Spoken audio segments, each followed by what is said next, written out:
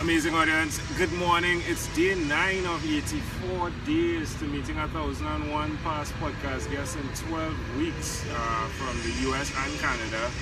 We are in an iconic place.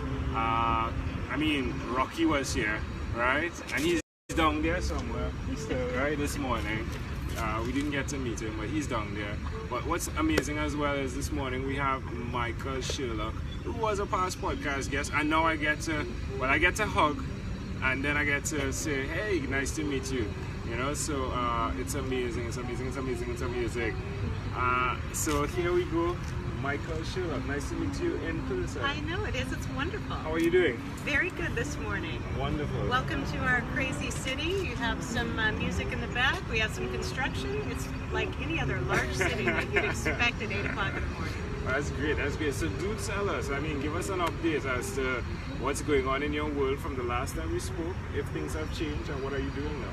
So I am getting ready to release my second book that will be out in September, hopefully, if everything goes as planned. So my second book is on sales, called Sales Mixology, and I'm very excited about that.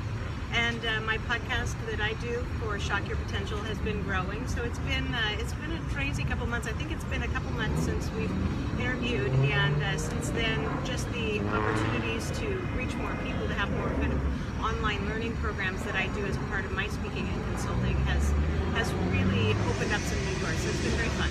Wonderful. Where's the best place for people to connect with you? Oh, by the way, we also have airplanes that fly. I love all live. The time. Exactly. I think people that look at live need to see live things and see. Like right now we have Joe, we have Let's Voltron, right? Michael. It's. I think live should be dynamic. Absolutely, yeah. We should have fun. All we need is a dog to run through. That'll probably happen in 5 minutes. But the best place for people to follow me is on I've got two websites, so shockyourpotential.com and shockyourpotentialpodcast.com. So that's kind of where I live and breathe every day. And when we're done today, I'm going to do a couple other on-site podcast tapings. So I'm doing one up at the Eastern State Penitentiary, which is an amazing historical site. So yes, a number of different things just to keep it mixed up and exciting. That's wonderful. Now tell me, one of the things we speak about is your own unique real shoes, right? Yes. That represents a struggle. So many people hear the part of what we do, right? And it sounds great. We're podcasters, we're doing books, it sounds great. But please relate to them the struggles that you may have experienced in your life. Oh my goodness. Yeah, there's a ton. I think that, nobody gets to where they are without having some pain along the way, and pain can be good and bad and sometimes ugly. But, I think the struggle is, do you still get yourself up and kind of put your shoes on and go again? So, just in life in general, I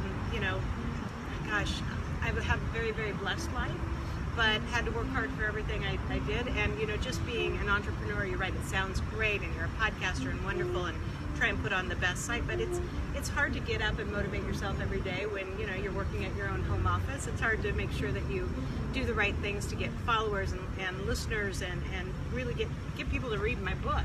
My first book did not do as well as I would have hoped. It's going to be something I re-release. So, you have those things that don't go well, but if you learn from them and you just kind of pull it back in, you keep moving forward. Tell me the inspiration for your hair, please. My inspiration for my hair.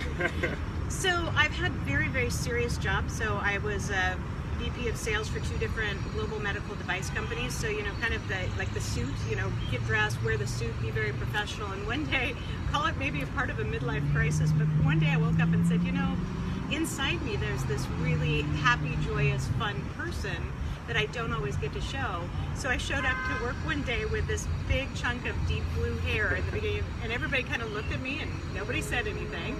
So 6 weeks later I said, well, let's try some purple.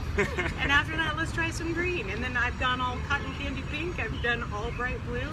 And I think what I found, for me, it was very freeing to say, look, you can be a very serious person, but I can still accomplish things, and I can have my personality shine through.